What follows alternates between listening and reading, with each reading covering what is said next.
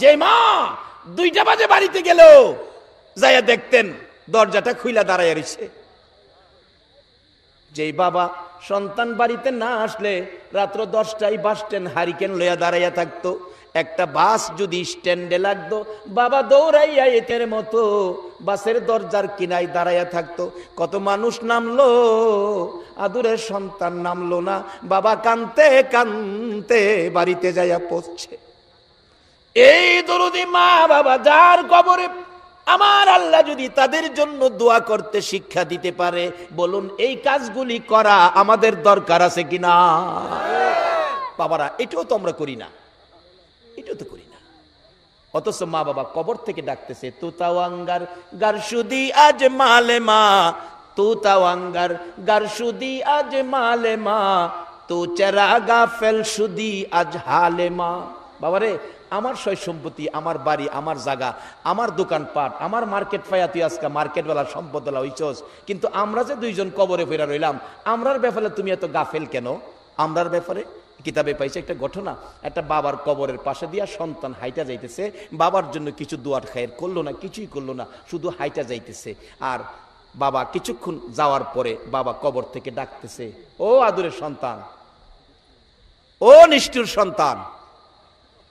ছেলেটা পিছনে চাইছে, এদিকে আয়, আওয়াজ হইতেছে, তুই কেমনে রে আমার কবরের পাশটা চলে গেলে, আমার লাগে একটু দোয়া করলে না? আজকে তুই যদি কবরও থাকতে, আমি বাবা কি কবরও না কাইন্দা যাইতে পারতাম নি? বলুন, সন্তানের কবরের পাশে মা বাবা গেলে না কাইন্দা পারতো? কিন্তু তুই তো আমার কবরের পাশে দিয়ে গেলে কিছু কইলি না।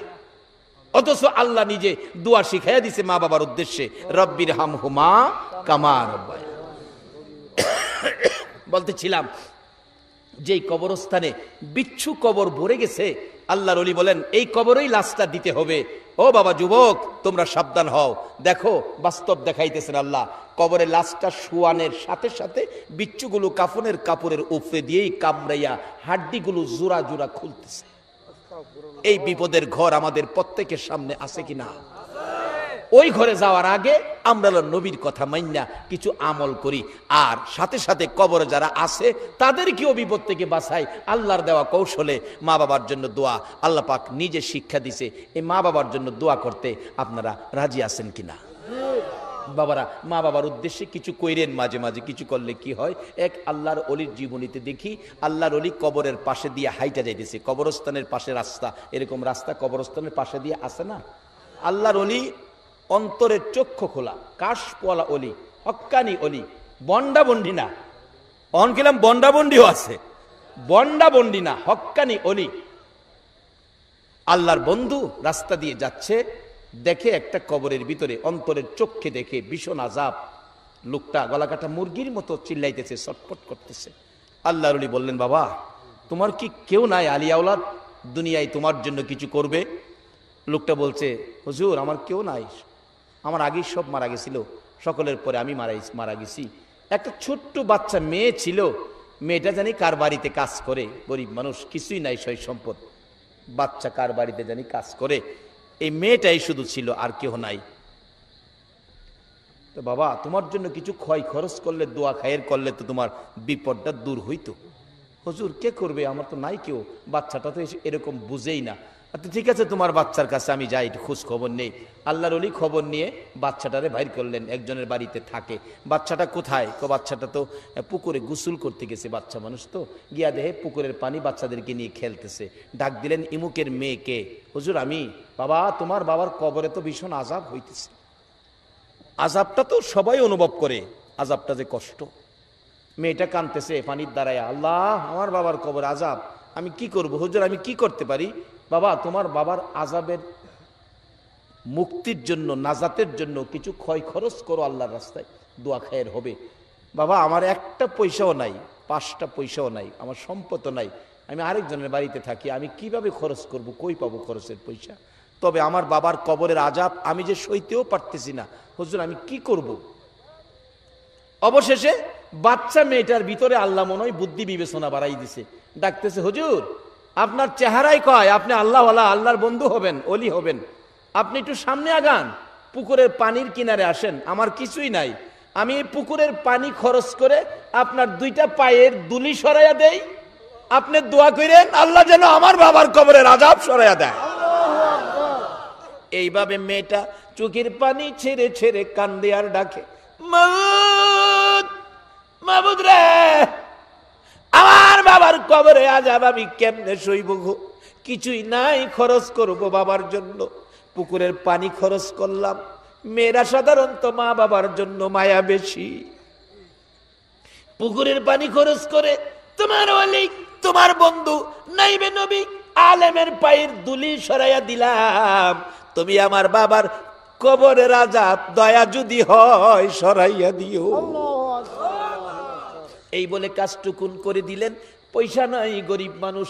আর যদি পয়সা থাকে, পয়সা যদি মা বাবার জন্য রোহের মাগফিরাতের উদ্দেশ্যে খরচ করা হয়, যাদের সই সম্পদ পয়সা আছে, বলুন আমার আল্লাহ তার চেয়ে আরো বেশি কবুল করবে কিনা? অবশেষে দেখা গেল আল্লাহর ওলি এই পায়ের পানি লইয়া আবার ফিরে যাচ্ছে কবরের পাশে দিয়া, যাইয়া দেখে তার বাবা জান্নাতের ফুলের বিছানায় আরামে ঘুমাইতেছে। ডাক দিলেন। আল্লাহর ওলিরা রুহের সাথে কথা বলতে পারে। হ্যাঁ বাবা ওঠো, কি ব্যাপার? কিছুক্ষণ আগে তোমার আযাব ছিল, এখন তুমি জান্নাতের বিছানা। ওই লোক মুস্কি হাসি দিয়ে বলছে, হুজুর আপনি যখন আমার মেয়েটাকে তালাশ করে আমার দুঃখের কথা বলছেন, আর আমার মেয়েটা আমার কবরের আযাব সরানোর জন্য আপনার পায়ের দুলি পানি খরচ করে সরাইছে, এর বরকতে আল্লাহ আমার কবরের আযাব পরিষ্কার করে দিয়েছে। এই কবরে আমাদের অনেকের ময় মুরব্বী, বাপ চাচা বাপ দাদা আছে কিনা বলেন? অনেকের বংশধর কবরে চলে গেছে, আর আমরা দুনিয়াতে আছি। আমরা দুনিয়ার থেকে রাসূলের কথা মাইনা আমরা পরিষ্কার হব। যারা কবরে গেছে তাদের জন্য আমরা দোয়া করব। দোয়া কার জন্য কি দোয়া করবেন এই সবকিছু শিখাইছে আল্লাহ, কিন্তু এখন তো আমরা এগুলি করতে রাজি না। কবরের চিন্তা করতেও রাজি না। কবরে যে মা বাবা হইরা রয়েছে তাদের খবর নিতেও রাজি না। অথচ মা বাবা রুহানি ভাবে ধিক্কার দিতেছে। এই মা বাবার রুহানির ধিক্কার গুলো আইসা সন্তানের উপর বিপদ হয়। কি ধিক্কার দিতেছে? পুত্রে তুমি যখন ঢাকা পড়তা, 1 মাস পরে বাড়িতে আইতা, 1 মাসের পরে যদি 2টা দিন বেশি হইতো, আমি মা 2টা দিন ওই রাত্রে ঘুমাইছি না। আমার ছেলে কেন আইলো না? 3 দিনের দিন তোর বাপেরও শান্তি দিছি না। 2-4টে ভিডা বানাইয়া তোর বাপেরে ঢাকা ফাটাই দিছি, তোর খবর লইতো। ঢাকা ফাটাইয়া তোর খবর আনছি না হয় আমি মা 3 রাত চোখের পানি বালিশ বিচ্ছে, আমার ঘুম হইছে না। কিন্তু আমরা যে বছরের পর বছর কবর পেরা রইলাম, আমরার খবরটা তো তুই একদিন দিলে না। এ মা বাবার খবর নেওয়া দরকার আছে নিও। কোন মা? আজকে তো সে মারে আমরা চিনি না। বাবারা একটা বাস্তব ঘটনা বলি, এটা কোরআন হাদিস না। আবার সহালুইটা আমার বিরুদ্ধে আন্দোলন করেন না। মৌলবী কইতে কই গেল, এটা কোরআন হাদিসও আছে, এমন কই না আছে আমি জানি, তবে কই না আমি আগে ফাইসালা করে লইছি, কোরআন হাদিস না। আপনারা হাজার হাজার মানুষ সাক্ষী, আমি আগে ফাইসালা করে লইছি। এরপরে যেটা কইব মনে করবেন হেলা বেজাল। এটা বাস্তবতার থেকে বলছি, কোরআন হাদিস না। এক বেচারা ধনী মানুষ, ছেলেরা বড় বড় অফিসার, মার্শাল্লাহ ঢাকায় থাকে, চাকরি বাকরি কইরা এমনে হেমনে আছে না। এক বেচার এক ফুলা 7,000 টাকা মাসে বেতন পায়, 12,000 টাকা বাসা ভাড়া দেয়। বাবা এই গ্রামের বাড়িতে সরল মানুষ তো বইয়া গপ্প করে, আমার ফুলা 7,000 টাকা চাকরি করে 12,000 টাকা বাসা ভাড়া দেয়, 25,000 টাকা মাসে আমারে দেয়। তো আরেকজন জ্ঞানী লোক জিগাই, চাচা তো এইটা পাহা কই, বেতন 7,000 বাহিতা আনে করতে, আমাদের ফুলাই কি চুরি করে? কয় না না না না করতে পা, কয় উফরি আছে, উফরি উফরি আছে। যাই হোক, উফরি টুফরি এমনি হেমনে কোটি কোটি টাকার মালিক, বাবারে গ্রামের বাড়িতে বড় লোক বানায় দিছে। রাজকীয় পরিবেশে বাড়িঘর জমি জামা কিন্ডা বা বইরা লাইছে। আর বাপ ও সরল মানুষ, বিকাল হইলেই বাড়ির সামনে বইয়া যেই যা ডাইকা বাও চা খায়া যাও, আর এটা যা দেখতাছ সব আমার গেলাম নিচে না হাত উপরে দিয়া সব আমার। আজ কিছু মানুষ আছে না না চাচা ঠিক হইতে জানি তো, এই হ্যাঁ সাল্লে ভানো দে কাল নাই কেন হুম খাক। তার বাইয়াসিন একটা মৌলবী গিয়ে হাতটাই নিয়ে ধরছে, ভাই সাহেব হাত নিচে না, মানে কি কোন খালি প্রত্যেক দিন সব আমার, কি আপনার? আমি হিসাব করে দেখছি আপনার কিচ্ছু নাই, কিচ্ছু নাই আপনার। আরে তোরে মৌলবী বানাইছি না, একটা ব্যাককল বানাইছি। মৌলবী বলে ব্যাককল, একজন নাইবে নবী রাস্তা দিয়ে হাইটা গেলে হাইটা যাওয়ার বরকতে 40 দিনের জন্য কবরের আযাব মাফ হয়। তো মৌলবীর ব্যাককল কইলে কি আর বড় ভাইয়ের লগে মৌলবী ঝগড়া করবো? মৌলবীকে বড় ভাই ব্যাককল করছে কোক, তাতে আপত্তি নাই, যদি কোনোদিন সুযোগ পাই বাইরে বুঝামু আমি ব্যাককল না বাইরে ব্যাককল। খালি কয় তার সব আমার, আসলে যে নিজের জন্য কিছুই করে নাই, আখেরাতের কোনো সদাই ভাই করে নাই। গত 2-4 বছর আগে এক ঘটনা ঘটছেন, পুরান ফানিতে যারা এই বৈশাখে ধান লাগাইছে, বুড়ো ধান, এটা ধান বাইরিছে ঠিক, ভিতরে সাইল নাই। তা আপনারা দেশ হইতেন কি কই? সিডা, আমরা এলাকাত কই সুসা। সুসা আর সিডা জিনিস একটাই আর কি, শব্দ দুইটা। সিডা ধান ভিতরে সাইল নাই, মৌলবী এইবারই সুযোগ। ভাইজান আপনার তো সব খবর পাইছেন, একটা ধানের ভিতরে সাইল নাই, সব সিডা। কহ হুনতাছি তো, তোমারে খুঁজতাছি, তুমি মৌলবী গেলেনি, কিছু রহমত হয়। আমার মৌলবী রহমত হইছে, আগে ব্যাককল আছে। আসলে মৌলবী রহমত। নবী বলেছে হাদিস শরীফে, আল উলামাউ ওয়ারাসাতুল আম্বিয়া, নবীর ওয়ারেস উলামাগণ। নবী যদি রাহমাতাল লিল আলামিন হয়, তাহলে এ নবীর ওয়ারিস হইলে কিছু বাকি উলামাদের কাছে আছে না?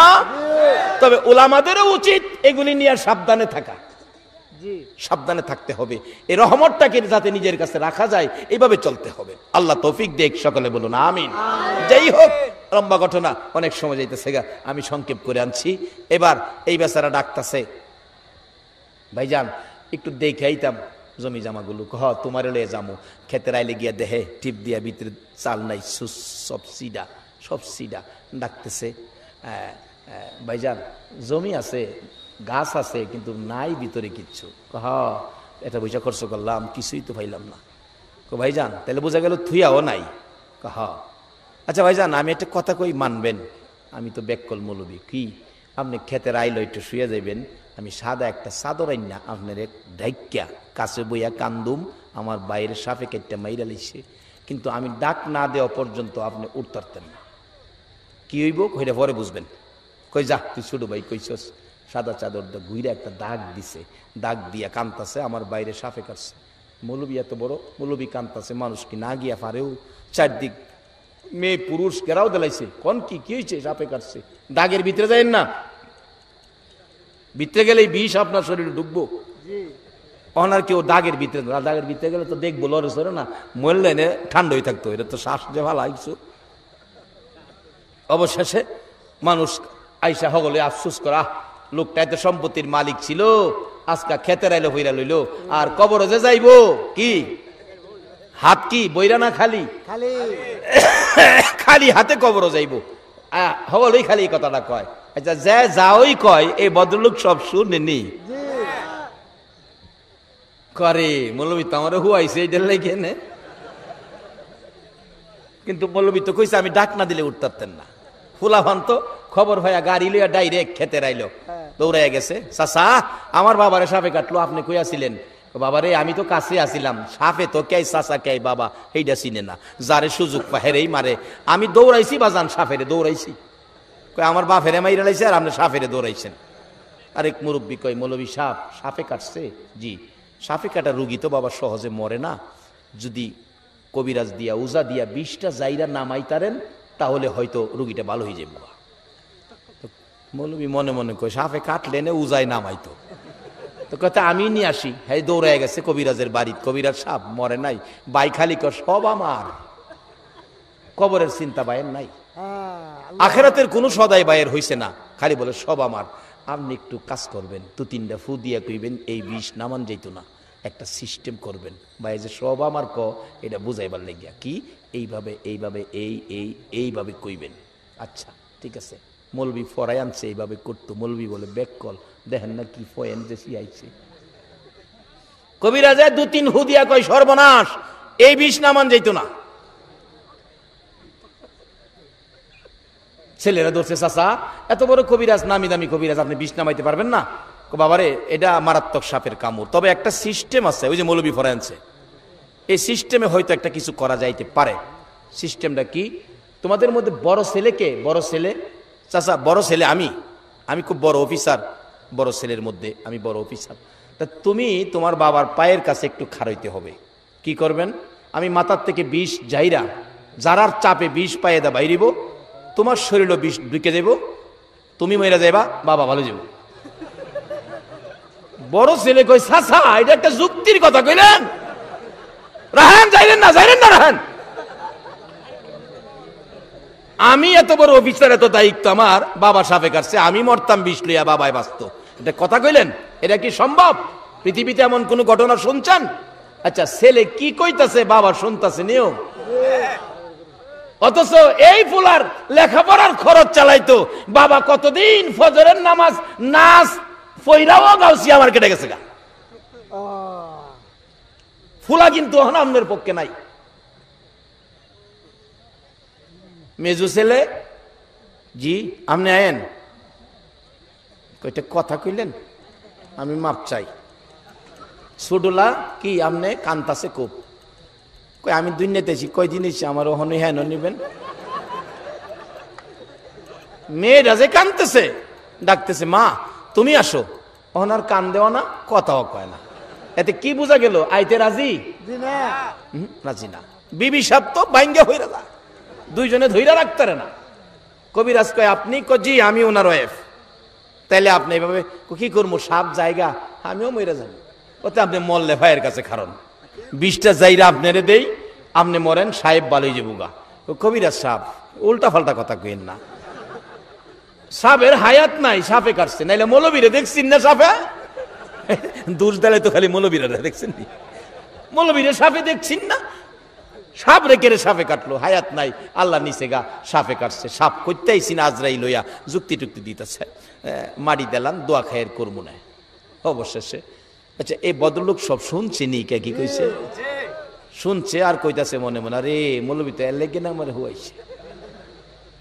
কবিরাজ জিজ্ঞেস করেন, ও মৌলবী সাহেব, এই লোকটা জীবনে কি করলো? নিজের জন্য কিছুই করলো না, কেউ তো তার আপন পাইলাম না, আরো কেউ তার আপন আছে কিনা দেখি, চেষ্টা করে তার পক্ষে দাঁড় করাইতে পারি কিনা, কেউ আছে কিনা। মৌলবী সাহেব চোখের পানি ছেড়ে ছেড়ে ডাকতেছে, রে কবিরাজ আছে রে, আর একজন মানুষ আছে রে, ইনি হলেন আমাদের গর্ভধারিণী মা। আল্লাহু আকবার, মা ছাড়া আর কেহ নাই, মাকে নিয়ে আসেন। আসতে পারবে না, অসুস্থ বুড়া মানুষ, দুর্বল হয়ে বিছানায় পড়ে গেছে। দুইজন নিজস্ব লোক নিয়ে যান, দৌড়ে দৌড়ে নিয়ে আসেন। দৌড়ে দৌড়ে নিয়ে আসতে শুরু করলে মা আনবে, এই অপেক্ষায় কবিরাজ যাইয়া দেখে দুইজন লোক লইয়া মা বড় সন্তানের মৃত্যুর খবর পাইয়া গলা কাটা মুরগির মতো গো মা বিছানায় লাফাইয়া লাফাইয়া কান্দে আর ডাকতে থাকে, মউত তুমি কি আমারে দেখলা না, আমার সন্তানের নিয়ে গেলা। এমন দরদ বলুন মার সন্তানের জন্য আছে কিনা? কিন্তু এই মা যে কবরস্থানে ঘুমাইয়া রইল, বৎসরের পর বৎসর গেল, একদিন তো কেহ মার খবর নিলেন না।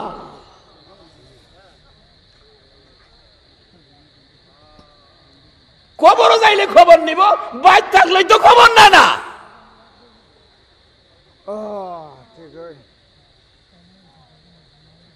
বাবা সব দাবি আদায় হবে, কিছু কাজ আছে করেন। নবীজি বলছে এই কাজগুলি করেন। যাই হোক, এবার সংক্ষেপ করে আনছি। দেখা গেল মার কাছে যায়, দেখে মা লাফায়া লাফায়া কাঁদতেছে। মা গো, মা মৌলবী ডাহে, তোমার ছেলে ভালো হবে তো, তোমার যাইতে হইব।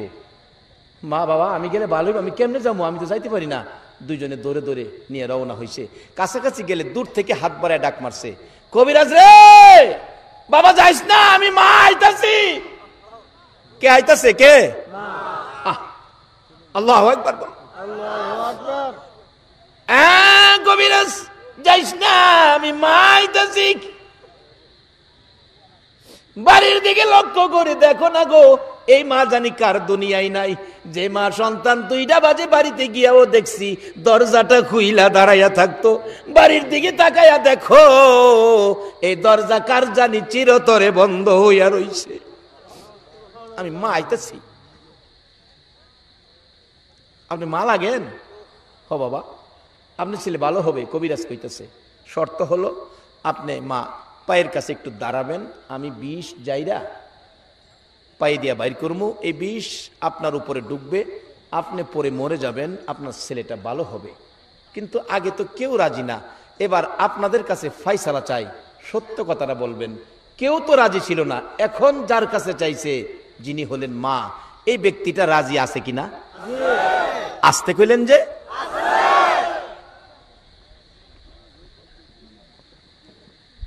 20 জাইরা আপনার উপরে দিব, আপনি মা মরে যাবেন, ছেলেটা ভালো হয়ে যাবে। একটা চিৎকার মারছে মা, কবিরাজ আমি মা রাজি আছি রে। এই মা বাবার জন্য কিছু করা বলুন দরকার আছে কিনা? আরে মা বাবার কথা মতো যে জন চলে না, বলুন মা বাবার কথা মতো যে জন চলে না, আল্লাহ নবীজির দয়া তারা পাবি না। হাইরে আল্লাহ নবীজির মা বাবাকে দুঃখ দিলে নামাজ রোজা যাই বিফলে, মা বাবাকে দুঃখ দিলে নামাজ রোজা যাই বিফলে, মার কলে যায় আঘাত দিলে খোদা সহে না, মার কলে যায় আঘাত দিলে খোদা সহে না, আল্লাহ নবীজির দয়া তারা পাবি না। হাইরে আল্লাহ তোফা জলে ডাইকা বলে মা বাবার দোয়া পেলে, তোফা জলে ডাইকা বলে মা বাবার দোয়া পেলে, দুঃখ কষ্ট যাবে চলে কিছুই রবে না, দুঃখ কষ্ট যাবে চলে কিছুই রবে না, আল্লাহ নবীজির দয়া তারা পাবি না।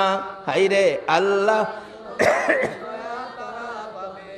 মা চিৎকার মেরে বললেন, আরে কবিরাজ আমি মা রাজি আছি। বাবা আমার একটা শর্ত। কি শর্ত? আমি মা অসুস্থ বুড়া মানুষ, দাঁড়ায়া থাকতে পারি না রে বাবা, বল। আমি বসলে হবে নি, বসলে হবে নি। কবিরাজ বলেন মা গো বসলেও চলবে, রাজি থাকলেই চলবে, কেউ তো রাজি না, আপনি দি রাজি হলেন কারণ কি? মা ছেলের পায়ের উপর হাত লাগাইয়া ডাকে, কবিরাজ রে আমি হাতে ধরলাম তাড়াতাড়ি যেন বিষ আমার কলিজায় আইসা যাইবে। কবিরাজ ছেলের ব্যথা মা জানে রে, দুনিয়ার কেউ জানে না। ছেলে পেটে লইয়া কত কষ্ট করেছে মা, মা জানে আর জানে আমার আল্লাহ। কবিরাজ রে আমার এই সন্তান যেদিন প্রথম সন্তান হিসাবে পেটে ছিল কত কষ্ট করছি রে, কারো কাছে কই নাই। কোনোদিন রাত্রে ঘুমাইতে গেছি, পেটের ভিতর নড়াচড়ি করছে, কলিজায় লাথি লাগছে, ঘুম থেকে উঠে গেছি, আবার লাথি লাগছে বসে গেছি, আবার লাথি লাগছে দাঁড়াইয়া গেছি। দাঁড়াইয়া থাকলে ভালো লাগে, দাঁড়াইয়া থাকতে থাকতে জীবনে কত রাত ফজরের আজান পড়ছে রে কবিরাজ। এই সন্তান পেটে লইয়া জীবনে কত রাত না ঘুমাইয়া কাটাইছি। আজকে আমার বাবার মৃত্যু হবে, আমি মা বেঁচে থাকবো না, না এটা হতে পারে না। বাবা যেদিন দুনিয়াতে আসবি প্রসব ব্যথায় আমি পাগল পাগল হয়ে গিয়েছিলাম। একদিনের ব্যথা কারো কাছে কই নাই, দ্বিতীয় দিনের ব্যথা জিব্বা কামড়াইয়া সহ্য করেছি, তৃতীয় দিনের ব্যথা রে গলা কাটা মুরগির মতো লাফাইছি, একবার মাটিতে পড়ে গেছি, আবার বিছানায় শুয়ে গেছি, মাথায় তাপড়াইছি, বুকে তাপড়াইছি, ব্যথা অসহ্য হইয়া মহিলারা ঘরে দরজা বন্ধ করে দিয়ে আমাকে চুপ করে বসে থাকতে বলছে। আমি ডেকে ডেকে বলছি, মহিলারা গো আমি কেমনে চুপ করে থাকবো গো? ও মহিলারা সন্তান প্রসবের এত ব্যথা গো আমি আগে জানি না, আমার একটা দাও হাতে দাও, গলাটা কাইটা আমি মৃত্যুবরণ করি। মহিলারা দেখছি দাও জাতীয় সবগুলো জিনিস ঘরের বাহিরে ফেলে দিছে। আবার হাত বাড়ায় বলছি 2 টাকার বিষ কিনা দাও, ব্যথা আমার সহ্য হয় না, বিষ খাইয়া মৃত্যুবরণ করি। মহিলারা বলছে মা গো পাগলামি করিস না গো মা, তোর মাথায় আমরা পানি দিতেছি, পাগলামি করিস না, সন্তানের মা হইতে এই কষ্ট আমরাও করছি গো মা। আল্লাহর ডাক রে, আল্লাহ নি দুইটা দুই জায়গায় করে দেয়। ওই মা প্রসব ব্যথার যন্ত্রণায় যখন আল্লাহ গো কইয়া ডাক মারে, আমার আল্লাহ ঘোষণা করে দিয়ে রাখছে ফেরেশতারা রে প্রসব ব্যথার যন্ত্রণায় যে মা আল্লাহ গো কইয়া ডাক দিবে গো, এক একটা ডাকের বিনিময় এক একটা কবুল হজের নেকি আমি আল্লাহ দান করে দিব। তোমার আমার মায়ের প্রসব ব্যথার কষ্টে যদি আমার আল্লাহ কবুল হজের নেকি দিতে পারে, সন্তানের উপর যেই দায়িত্ব আদায় করা বলুন দরকার আছে কিনা? যাই হোক, লম্বা করে হয়ে গেছে।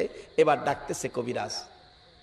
মা কেউ মানলো না, আপনি মানলেন। বাবা আমি কষ্ট করছি, আমি জানি সন্তানের কি ব্যথা, কাজে একটা কাজ করো, সব ব্যথা আমার কলিজায় দাও, আমি মা মরে যাব, আমার বাবারে ভালো করে দাও। আচ্ছা, এই ভদ্রলোক সব শুনছিনি। এবার মৌলভী সাহেব ডাহে, ভাই একটু উঠেন, কিন্তু ভাই তো উঠে না। যেই তো মাথার রুমালটা সরাইছে, মা একটা চিৎকার মারছে, বাবা বাবা গো তুমি বেঁচে আছো। এই মা যে কবরে, কি করলেন মার জন্য? মা তুমি বেঁচে আছো? হ বাবা বেঁচে আছি। বড় ভাই উঠেন, দেখে কানতে কানতে চোখের পানিতে মাটি ভিজতেছে। মৌলভীজিকে ভাইজান অহন কান্দেন কেড়ে, এবার কন, অতদিন তো কইতেন সব আমার, এবার কন আপনার কি আছে? বাইরে আমার কিচ্ছু নাই, আমার কিচ্ছু নাই। এটান্ডে ক আমার চোখের সামনেতে যাইতো। কিছু আপন থাকলে একমাত্র আমার মা ওই আছে, আর কেউ আপন নাই, মাই আমার আপন। তখন কান্দেন কেড়ে, উঠেন ভাই, উঠতে কি করবো, কই যাবো? একদিন তো না আমারে মাটিতে শুয়াইবি, এই কবরস্থানেই তো শুয়াইবি। অহন কান্দেন, তো দিন তো কাঁদছেন না, অহন কি লেগে কান্দেন?